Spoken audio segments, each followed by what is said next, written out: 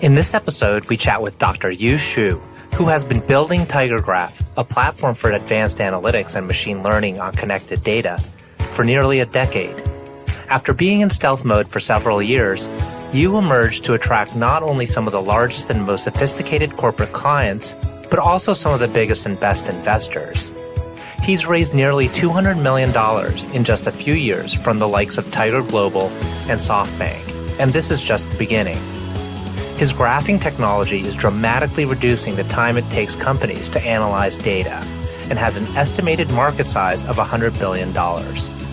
We hope you enjoy the show. Dr. Yu Xu, thank you so much for taking the time to chat with us today. I'd like to hop right in and talk about your more recent fundraise, which was earlier this year.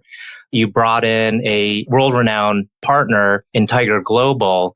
Can you tell us a little bit about how you decided to partner with Tiger versus other firms? Hi, Ajay. Thanks for your invitation. It's great to join your podcast. Yes, early this year, we raised more than $100 million in our Series C.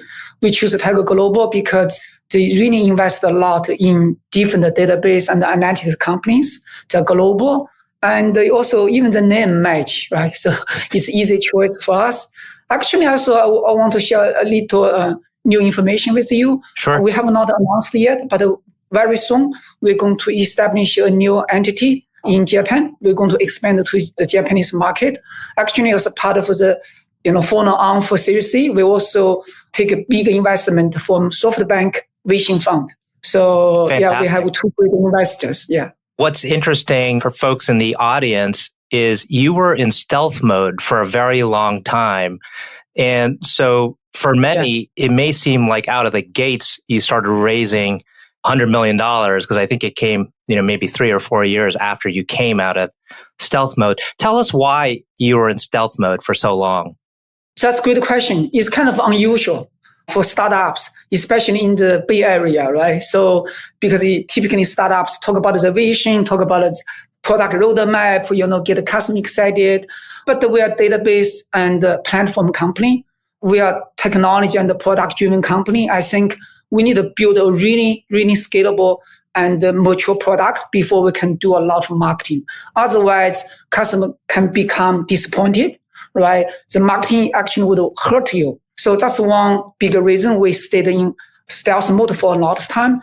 But also, building a distributed database is really tough job, right? So it's really tough to build a distributed database for any type of database, like a key value or document base or column database, right? So building a distributed graph database is even more difficult because if you think about it, graph is supposedly to connect the data points, to connect the dots, to give you better business insights, right? So distributing a bigger graph across machines and still being able to get the insights in real time is really, really challenging job. So took us a lot of time to make sure we have really the best scalable graph database. And also on top of that, graph initially was, also kind of niche to a lot of people, right? Graph is intuitive, but not many people have only been educated by relational database in the last 40 years. So we also needed to build the really wonderful UI, right? Graph UI on top of a database. So it's easy to demonstrate the power of graph. So we also took the time to develop our Graph Studio, which is like a Tableau or Microsoft Power BI. So to say is to believe, right? So we're not building the best graph database, but we also build the best graph UI and SDK. So that's why it takes a lot of time. And for those that are in the audience thinking about data and how TigerGraph plays in data, from what I understand, your technology has the ability to dramatically increase the efficiency in which you analyze the data and glean insights from it. One of your big segments is banks. Tell us how you work with banks, what your technology does for them, and why it's far superior than prior solutions. Yeah, banking is a great use case for graph, but actually we have many different type of customers across industries. For example, Jaguar Land Rover is of course, in the car manufacturing business. They openly talk about how they use TigerGraph to cut down their key supply chain planning from like 3 weeks using relational database down to 45 minutes or less using TigerGraph. The result, they saved more than $100 million a year, right? In terms of, penalties, in terms of commitment to the suppliers. So for bank, back to a question on the banking and the financial institution, they're using TigerGraph for many, many different type of use cases. Actually, 7 of the largest, the 10 largest banks are using TigerGraph now. So each bank is kind of different in the way they use TigerGraph, but a lot of them use TigerGraph for anti-money laundering. And also they use TigerGraph to detect the fraud application in credit card or in business loan, right? Some use TigerGraph to connect the dots so they can have a complete customer 360 view, right? So they know about the customer, they know how the customer journey look like, so they can improve their customer experience. So we have a lot of different use cases, even inside the banking industry. Also, a lot of data scientists in bigger banks, like Bank of America, JP Morgan, they're using TigerGraph to augment their machine learning and the AI models. Before TigerGraph, of course, they already have a really strong data scientist team, right? They have some of the best data science team doing machine learning, modeling, so they can improve the anti-money laundering and also fraud detection models, right? But now with TigerGraph, they're even doing much better, because if you use TigerGraph, they conduct a lot of different data sources. They generate a lot of new features or new training data sets. So their model become much better, much more accurate. So people, often say garbage data in, garbage data out, right? So now with TigerGraph, we give them really high quality data, so the model can produce much better result. Mm-hmm. And so it seems that your technology is applicable across multiple industries, that you could essentially walk into these tech departments of various corporations and demonstrate just how quickly your technology, the graphing technology, works. Do you see your market as kind of essentially the business market? Are there any limitations to the market? I'm trying to get a sense of what you view as the addressable market. Yeah, that's a great question.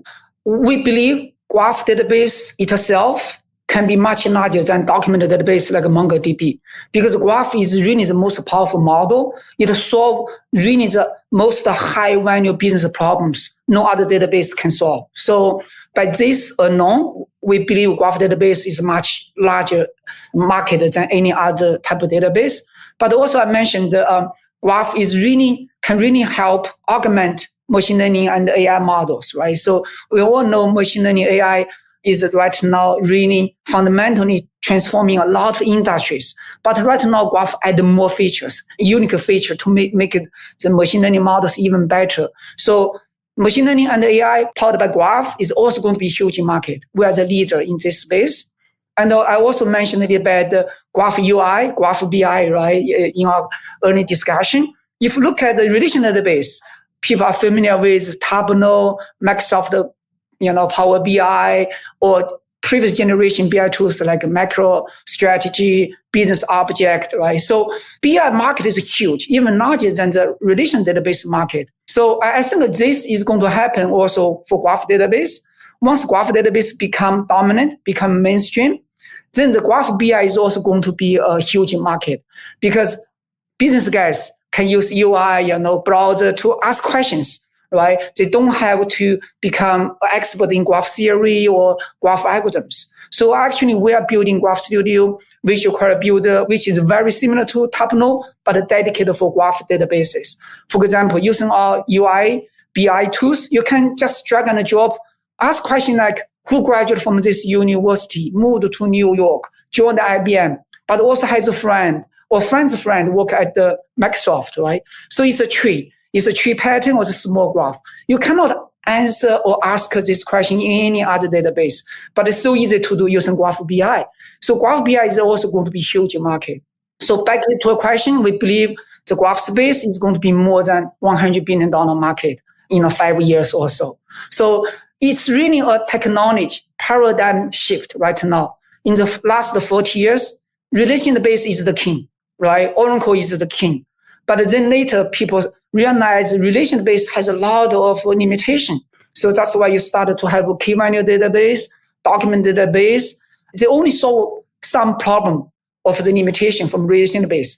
They solve the problem of scale out. They can use more machines to deal with more data more quickly, but they cannot solve more complex problems than relational database do, right? So right now, graph is the most powerful model there, is the most powerful database. So if you can make a graph database work across machines, you can have a scalable distributed graph database.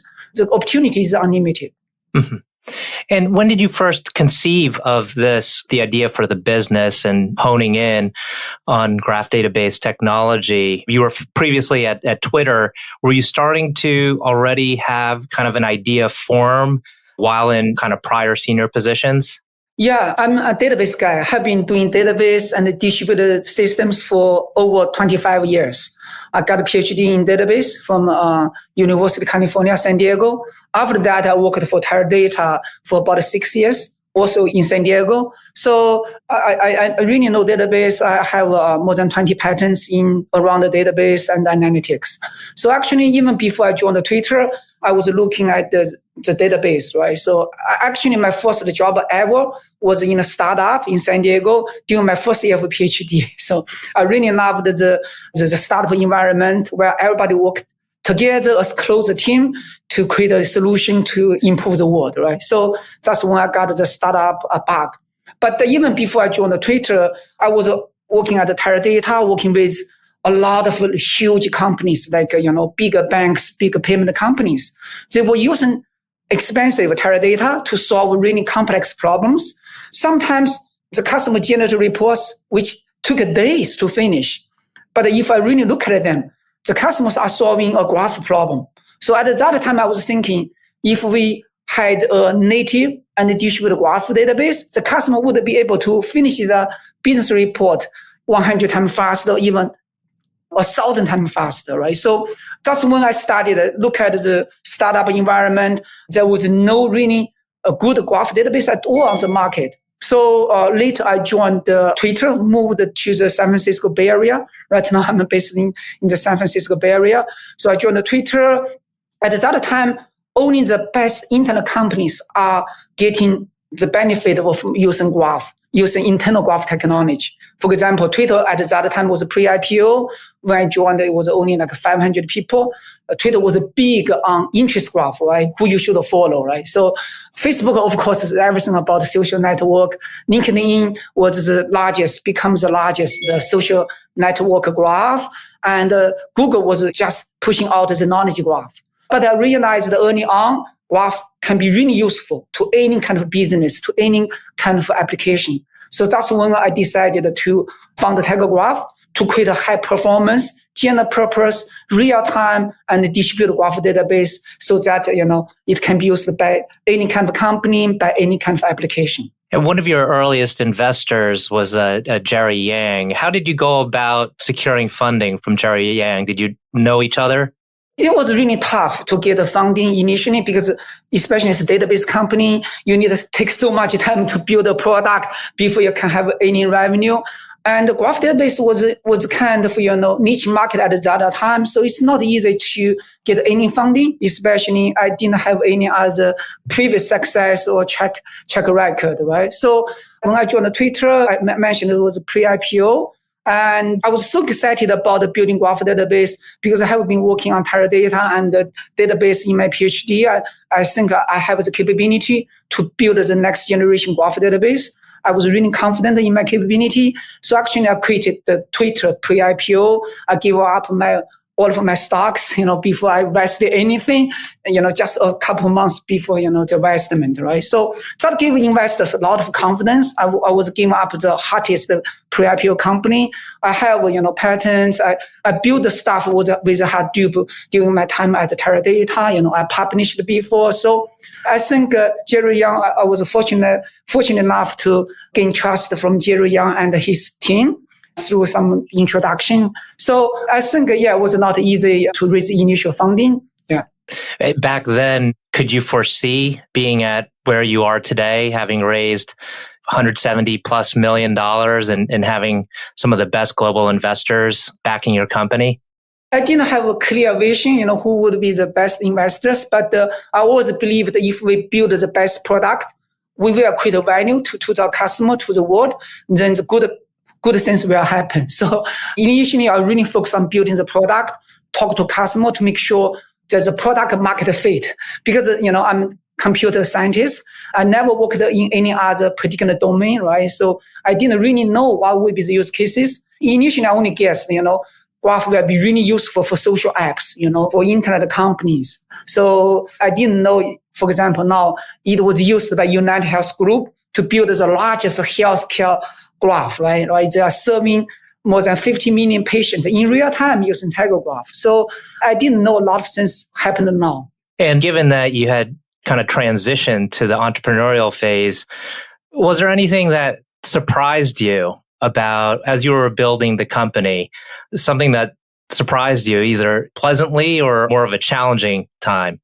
Yeah, there are a lot of challenges. So when I started the company, it was so naive, but the ups and downs in the startup, and during each stage of the company, you have different challenges, right? So during the initial stage, of course, is about the funding, right? And then later stage is about how you educate a customer, why Graph, why not a Oracle, right? Now it's really about how we scale more quickly internationally, right? So we already have company, legal entities in Korea, in Singapore, right? In countries in Europe. So now we want to expand to more regions and more countries. So each stage, you have a different challenge. So I learned a lot of stuff on my way. So I think I'm really thankful for the journey. And also sometimes you have to make tough decisions, right? So it's not just about the product, technologies. A lot of times it's also about the communication, about the people, So yes, it's more complex than I initially thought. Initially I thought you have a really nice idea, you have the technology and the product capability, you build the best product, good things happen, yes. But it also come with a lot of challenge and a lot of issues, on the way. Well, we're coming up on time here, and I'd like to ask one last question, if I may. And that is, who do you look to as kind of the ideal CEO? It could be someone you've worked with directly, or someone you know of, or someone you've read about. Who do you think is kind of the ideal CEO that you try to aspire to? That's a great question. I have been studying a lot of books, read online a lot to try to improve myself. And I have been inspired by many, many great leaders, including CEOs. I think on the high level, Steve Jobs and Elon Musk have been inspiring to many people, me included. In the database and the analytics space, I really like the CEO of Snowflake, Frank Slootman. Actually, he wrote a book December last year. I listened to the audiobook. It was wonderful. And I think that's really inspiring to me. And I think it's really informational book, and it's great to read for me. And Snowflake is a great company, and we inspire to be the next Snowflake in the graph space. Excellent. That's a great note to end on. Well, Dr. Xu, thank you so much for joining us. I know our audience will find this very insightful. Thank you, Ajay. It was great talking to you.